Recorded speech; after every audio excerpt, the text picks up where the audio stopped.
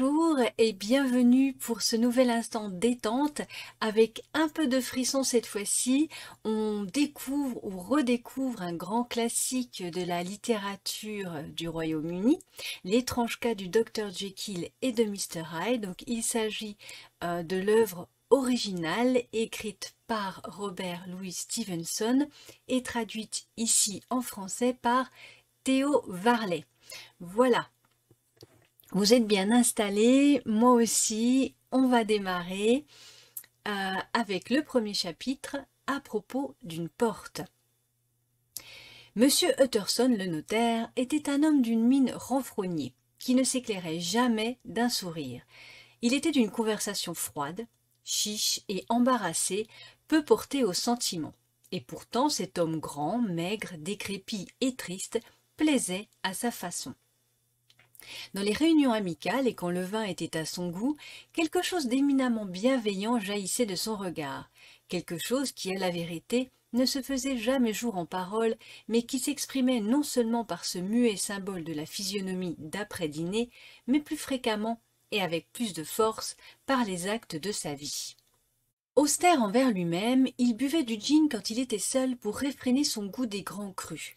Et, bien qu'il aimât le théâtre, il n'y avait pas mis les pieds depuis 20 ans. Mais il avait pour les autres une indulgence à toute épreuve, et il s'émerveillait parfois, presque avec envie, de l'intensité de désir réclamée par leur dérèglement. Et en dernier ressort, incliné à les secourir plutôt qu'à les blâmer. « Je penche vers l'hérésie des Caïnites », lui arrivait-il de dire pédamment. « Je laisse mes frères aller au diable à leur propre façon. » En vertu de cette originalité, c'était fréquemment son lot d'être la dernière relation avouable et la dernière bonne influence dans la vie d'homme en voie de perdition. Et à l'égard de cela, aussi longtemps qu'il fréquentait son logis, il ne montrait jamais l'ombre d'une modification dans sa manière d'être. Sans doute que cet héroïsme ne coûtait guère à M. Utterson, car il était aussi peu démonstratif que possible, et ses amitiés même semblaient fondées pareillement sur une bienveillance universelle. Sans doute que cet héroïsme ne coûtait guère à M. Utterson, car il était aussi peu démonstratif que possible, et ses amitiés même semblaient fondées pareillement sur une bienveillance universelle. C'est une preuve de modestie que de recevoir tout formé, des mains du hasard, le cercle de ses amitiés. Telle était la méthode du notaire. Il avait pour amis les gens de sa parenté ou ceux qu'il connaissait depuis longtemps. Ces liaisons, comme le lierre, devaient leur croissance au temps et ne réclamaient de leur objet aucune qualité spéciale. De là, sans doute, le lien qui l'unissait à M. Richard Enfield, son parent éloigné, un vrai londonien honorablement connu.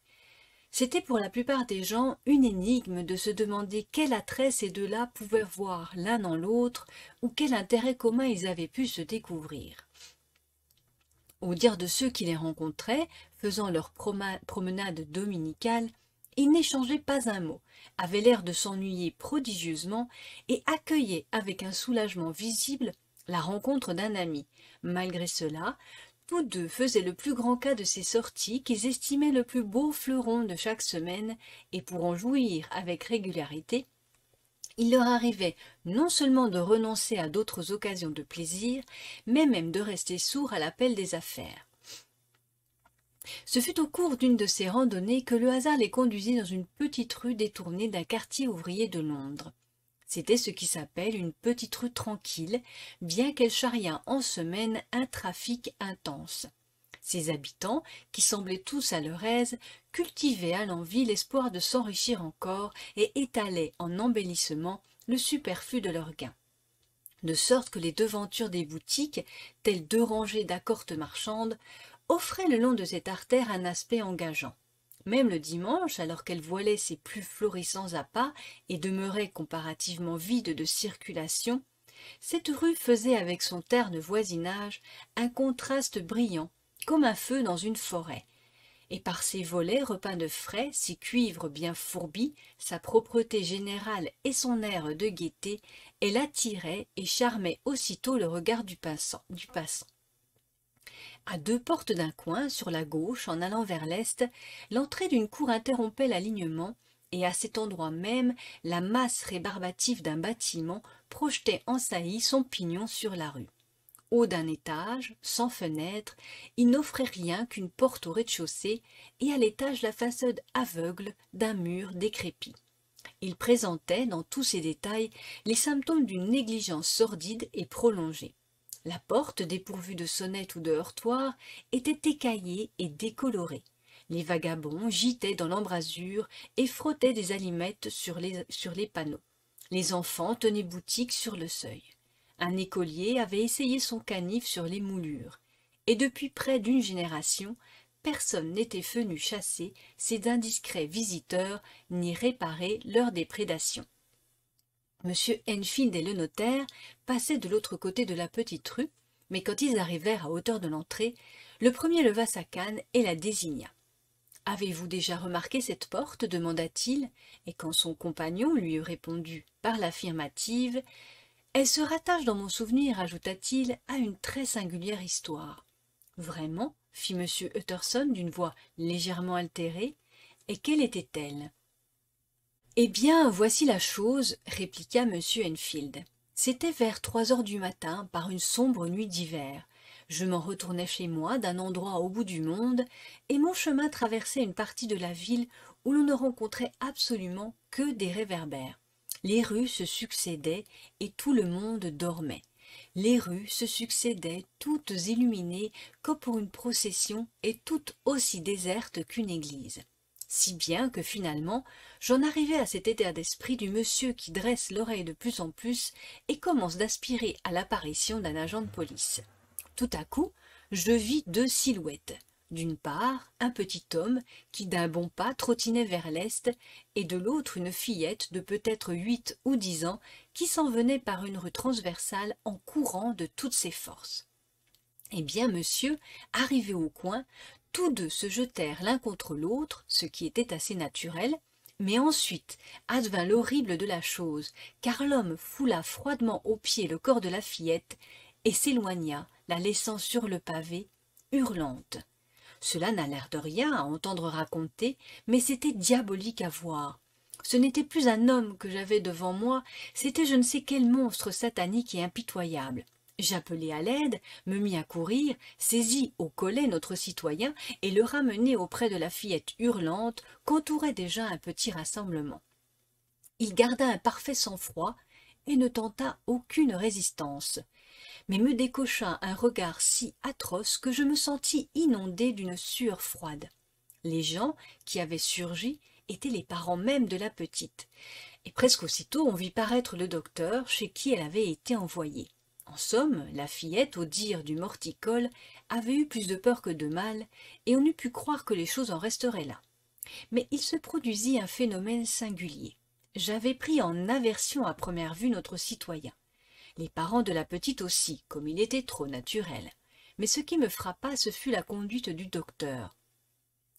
C'était le classique praticien routinier, d'âge et de caractère indéterminé, doué d'un fort accent d'Édimbourg et sentimental à peu près autant qu'une cornemuse.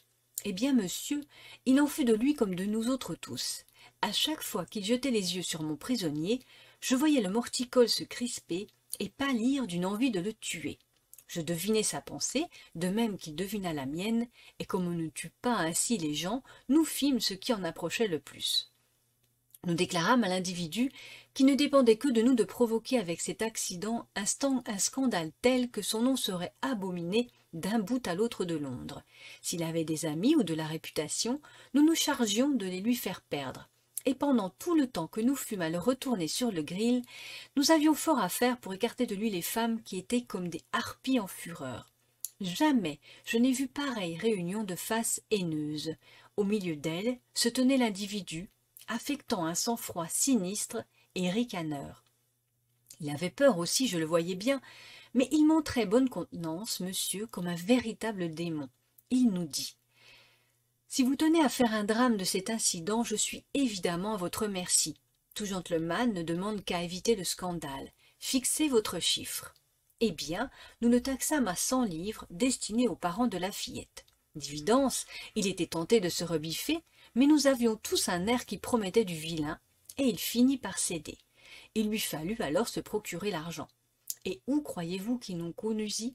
Tout simplement à cet endroit où il y a la porte. » Il tira de sa poche une clé, entra, et revint bientôt muni de quelques 10 livres en or et d'un chèque pour le surplus. Sur la banque Coutts, libellé payable au porteur, et signé d'un nom que je ne puis vous dire, bien qu'il constitue l'un des points essentiels de mon histoire. Mais c'était un nom honorablement connu et souvent imprimé. Le chiffre était salé, mais la signature valait pour plus que cela, à condition toutefois qu'elle fût authentique. Je pris la liberté de faire observer à nos citoyens que tout son procédé me paraissait peu vraisemblable, et que dans la vie réelle, on ne pénètre pas à 4 heures du matin par une porte de cave pour en ressortir avec un chèque d'autrui valant près de 100 livres.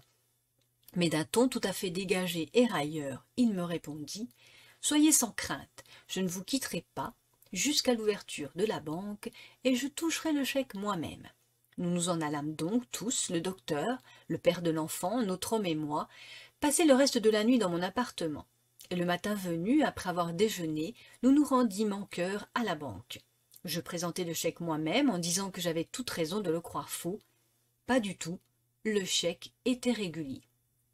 Monsieur Utterson émit un clappement de langue désapprobateur. « Je vois que vous pensez comme moi, reprit monsieur Enfield.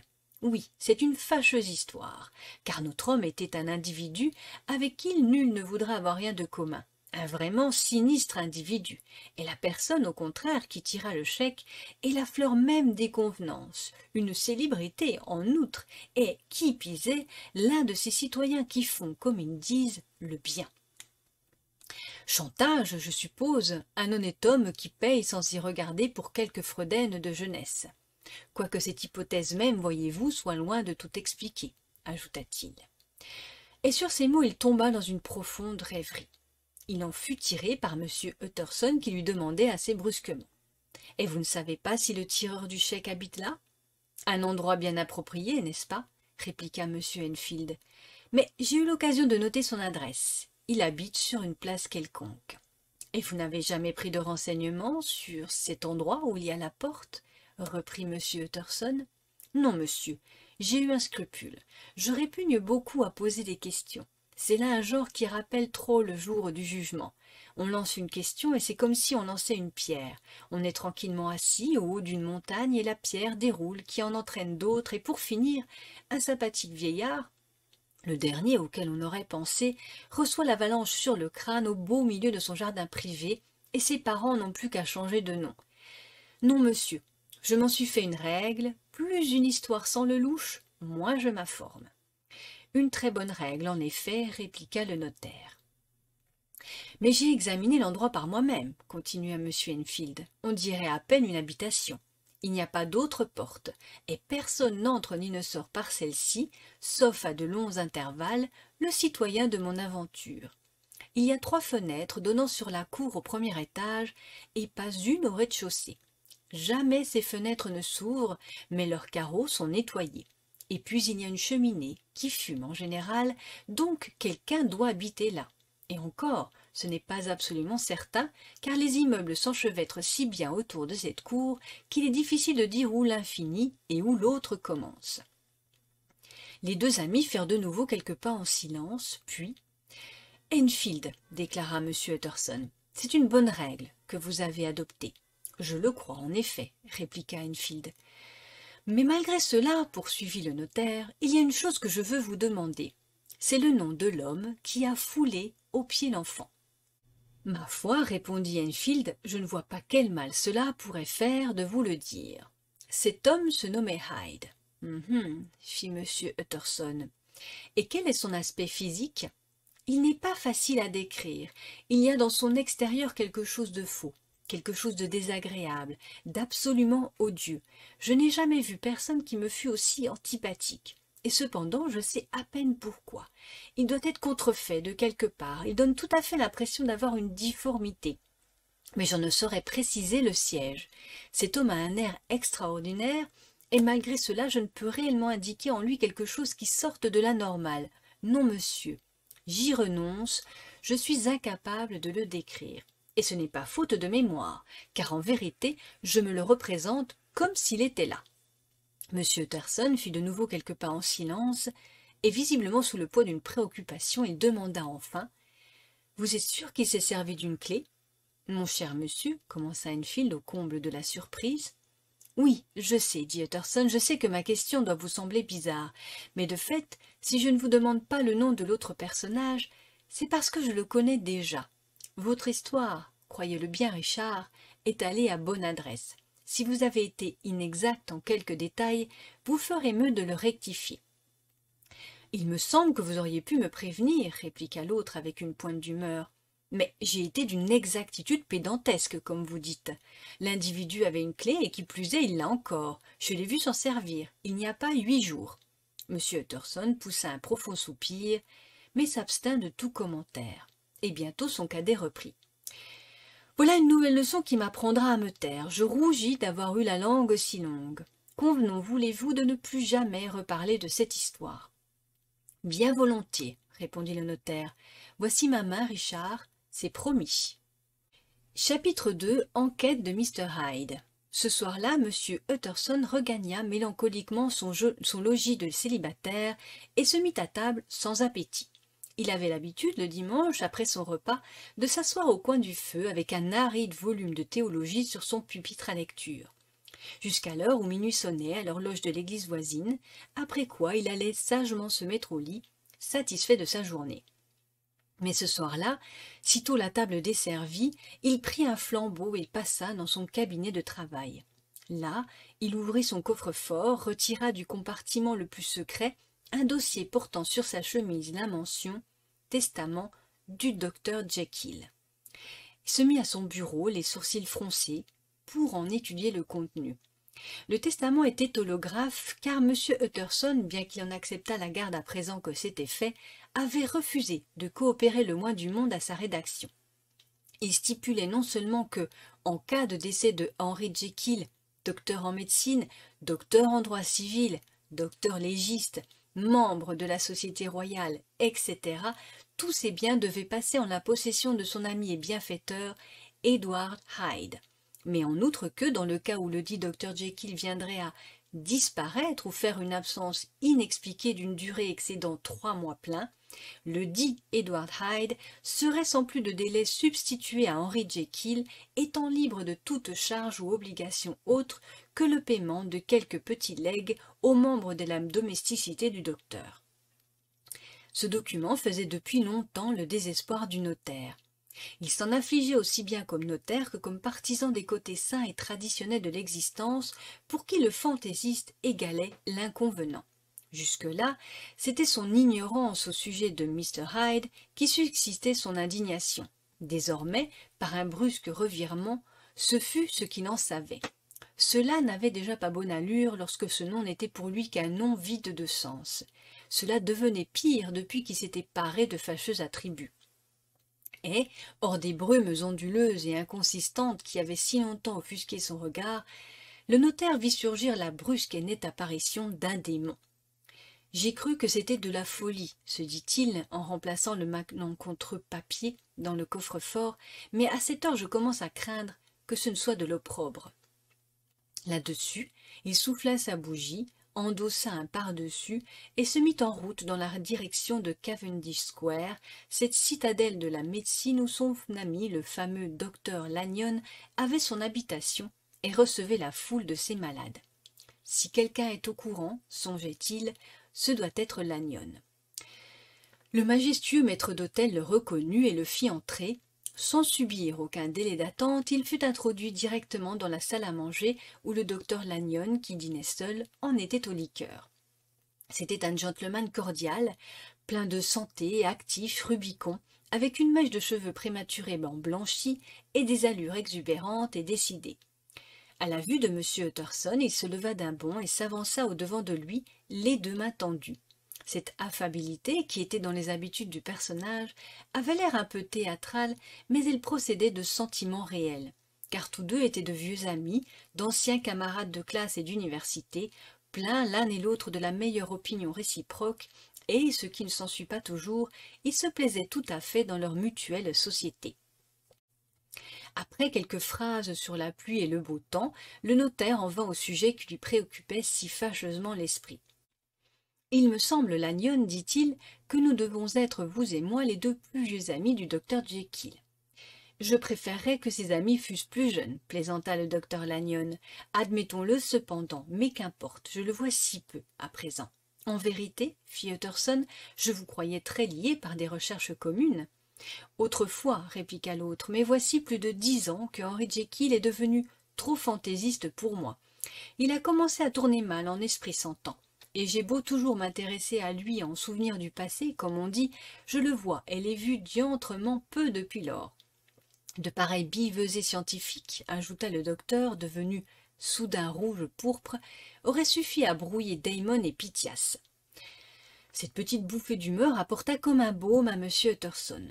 Ils n'ont fait que différer sur un point de science, songea-t-il, et comme il était dénué de passion scientifique, sauf en matière notariale, il ajouta même « si ce n'est que cela ».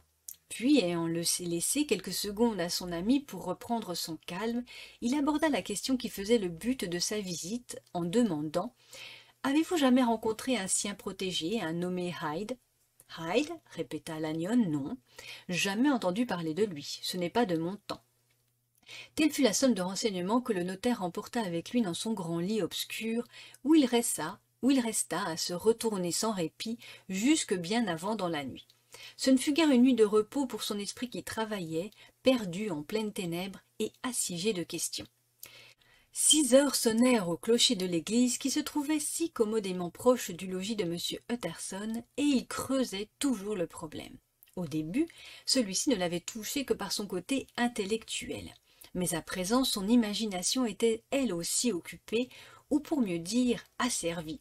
Et tandis qu'il restait à se retourner dans les opaques ténèbres de la nuit et de sa chambre aux rideaux clos, le récit de M. Enfield repassait devant sa mémoire en un déroulement de tableaux lucides.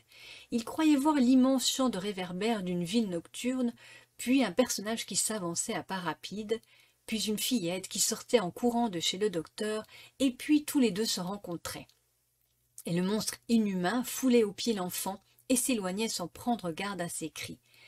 Ou encore, il voyait dans une somptueuse maison une chambre où son ami était en train de dormir, rêvant et souriant à ses rêves, et alors la porte de cette chambre s'ouvrait, les rideaux du lit s'écartaient violemment, le dormeur se réveillait, et patatras, il découvrait à son chevet un être qui avait sur lui tout pouvoir, et même en cette heure où tout reposait, il lui fallait se lever et faire comme on le lui ordonnait. Le personnage sous ces deux aspects hanta toute la nuit le notaire, et si par instant celui-ci s'endormait, ce n'était que pour le voir se glisser, plus furtif, dans les maisons endormies, ou s'avancer d'une vitesse de plus en plus accélérée jusqu'à en devenir vertigineuse, parmi de toujours plus vastes labyrinthes de villes éclairées de réverbères, et à chaque recoin de rue écraser une fillette et la laisser hurlante. Et toujours ce personnage manquait d'un visage auquel il pût le reconnaître. Même dans ses rêves, il manquait de visage, ou bien celui-ci était un leurre qui s'évanouissait sous son regard. Ce fut de la sorte que naquit et grandit peu à peu dans l'esprit du notaire une curiosité singulièrement forte, quasi désordonnée, de contempler les traits du véritable Monsieur Hyde. Il lui aurait suffi, croyait-il, de jeter les yeux sur lui une seule fois pour que le mystère s'éclaircît, voire même se dissipât tout à fait, selon la coutume des choses mystérieuses, quand on les examine bien. Il comprendrait alors la raison d'être de l'étrange prédilection de son ami, ou, si l'on préfère, de sa suggestion, non moins que des stupéfiantes clauses du testament. Et en tout cas, ce serait là un visage qui mériterait d'être vu. Le visage d'un homme dont les entrailles étaient inaccessibles à la pitié, un visage auquel il suffisait de se montrer pour susciter dans l'âme du flegmatique Enfield un sentiment de haine tenace. À partir de ce jour, M. Utterson fréquenta assidûment la porte située dans la lointaine petite rue de Boutique.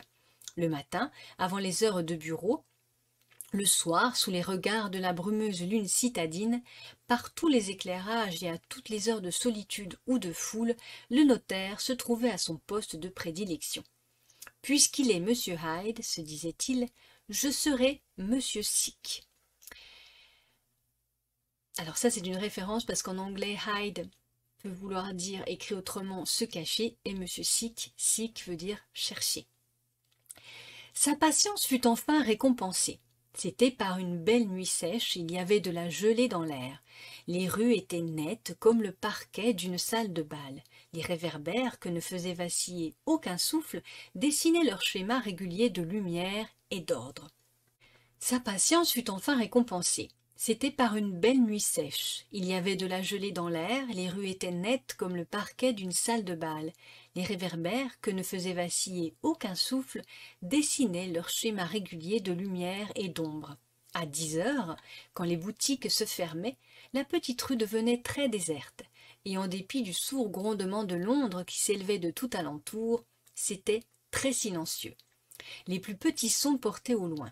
Les bruits domestiques provenant des maisons s'entendaient nettement d'un côté à l'autre de la chaussée, et le bruit de leur marche précédait de beaucoup les passants.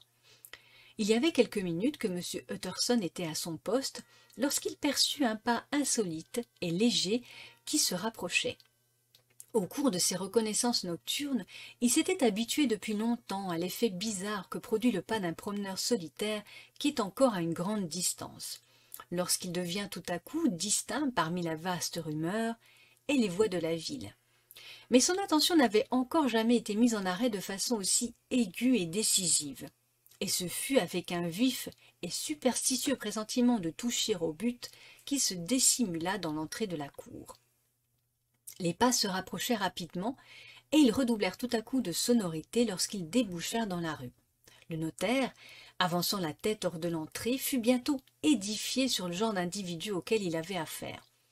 C'était un petit homme très simplement vêtu, et son aspect, même à distance, souleva chez le guetteur une violente antipathie. Il marcha droit vers la porte, coupant en travers de la chaussée pour gagner du temps, et chemin faisant, il tira une clé de sa poche comme s'il arrivait chez lui. M. Utterson sortit de sa cachette, et quand l'autre fut à sa hauteur, il lui toucha l'épaule. « Monsieur Hyde, je pense. » M. Hyde se recula en aspirant l'air avec force, mais sa crainte ne dura pas, et sans toutefois regarder le notaire en face, il lui répondit avec assez de sang-froid. « C'est bien mon nom. Que me voulez-vous » ? « Je vois que vous allez entrer, répliqua le notaire. « Je suis un vieil ami du docteur Jekyll, M. Utterson de Gaunt Street. Il doit vous avoir parlé de moi. Et en nous rencontrant si à point, j'ai cru que vous pourriez m'introduire auprès de lui. »« Vous ne trouverez pas le docteur Jekyll, il est sorti, » répliqua M. Hyde en soufflant dans sa clé. Puis, avec brusquerie, mais toujours sans lever les yeux, il ajouta. « D'où me connaissez-vous » ? « Je vous demanderai d'abord, » répliqua M. Utterson, « de me faire un plaisir. »« Volontiers, » répondit l'autre. « De quoi s'agit-il » ? « Voulez-vous me laisser voir votre visage » demanda le notaire. M. Hyde parut hésiter, puis, comme s'il prenait une brusque résolution, il releva la tête d'un air de défi, et tous deux restèrent quelques secondes à se dévisager fixement. « À présent, je vous reconnaîtrai, » fit M. Utterson. « Cela peut devenir utile. »« Oui, » répliqua M. Hyde, « il vaut autant que nous nous soyons rencontrés, mais à ce propos, il est bon que vous sachiez mon adresse. » Et il lui donna un numéro et un nom de rue dans Soho. « Grand Dieu !» pensa M. Utterson, « se peut-il que lui aussi ait songé au testament ?» Mais il garda sa réflexion pour lui-même et se borna à émettre un vague remerciement au sujet de l'adresse. « Et maintenant, fit l'autre, répondez-moi. D'où me connaissez-vous ? On m'a fait votre portrait. »« Qui cela ? Nous avons des amis communs, » répondit M. Utterson. « Des amis communs » répéta M. Hyde d'une voix rauque. « Citez-en. »« Jekyll, par exemple. »« Jamais il ne vous a parlé de moi !» s'écria M. Hyde dans un accès de colère. « Je ne vous croyais pas capable de mentir. »« Tout doux, » fit M. Utterson, « vous vous oubliez. » L'autre poussa tout haut un ricanement sauvage, et en un instant, avec une promptitude extraordinaire, il ouvrit la porte et disparut dans la maison. Le notaire resta d'abord où M. Hyde l'avait laissé, livré au plus grand trouble. Puis, avec lenteur, il se mit à remonter la rue, s'arrêtant quasi à chaque pas et portant la main à son front, comme s'il était en proie à une vive préoccupation d'esprit. Le problème qu'il examinait ainsi, tout en marchant, appartenait à une catégorie presque insoluble. M. Hyde était blême et rabougri. Il donnait, sans aucune difformité visible, l'impression d'être contrefait. Il avait un sourire déplaisant. Il s'était comporté envers le notaire avec un mélange quasi féroce de timidité et d'audace, et il parlait d'une voix sourde, sibilante et à demi cassée. Tout cela militait contre lui. Mais tout cet ensemble réuni ne suffisait pas à expliquer la répugnance jusque-là inconnue, le dégoût et la crainte avec lesquels M. Utterson le regardait. « Il doit y avoir autre chose, » se dit ce gentleman perplexe. « Il y a certainement autre chose, mais je n'arrive pas à mettre le doigt dessus. Dieu me pardonne, cet homme n'a pour ainsi dire pas l'air d'être un civilisé. Tiendrait-il du troglodyte ou serait-ce de la vieille histoire du docteur Fell ou bien est-ce le simple reflet d'une vilaine âme qui transparaît ainsi à travers son revêtement d'argile et le transfigure? Cette dernière hypothèse, je crois. Ah, mon vieux Harry Jekyll, si jamais j'ai lu sur un visage la griffe de Satan, c'est bien sur celui de votre nouvel ami. » Passé le coin venant de la petite rue, il y avait une place carrée entourée d'anciennes et belles maisons. À cette heure, déchus pour la plupart de leurs sembleurs passés, et loués par étage et appartement à des gens de toutes sortes et de toutes conditions. Graveurs de plans, architectes, louches agents d'affaires et directeurs de vagues entreprises. Une maison, toutefois, la deuxième à partir du coin, appartenait toujours à un seul occupant. Et à la porte de celle-ci, qui offrait un grand air de richesse et de confort, bien qu'à l'exception de l'imposte elle fût alors plongée dans les ténèbres, M. Utterson s'arrêta et heurta. Un domestique, âgé, en livrée, vint ouvrir.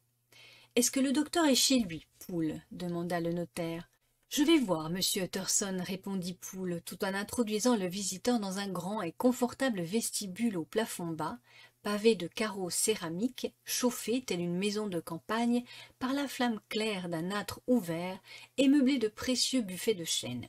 « Préférez-vous attendre ici au coin du feu, monsieur, ou voulez-vous que je vous fasse de la lumière dans la salle à manger ?»« Inutile, j'attendrai ici, » répliqua le notaire.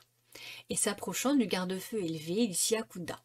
Ce vestibule, où il resta bientôt seul, était une vanité mignonne de son ami le docteur, et Utterson lui-même ne manquait pas d'en parler comme de la pièce la plus agréable de tout Londres. Mais ce soir un frisson lui parcourait les moelles. Le visage de Hyde hantait péniblement son souvenir.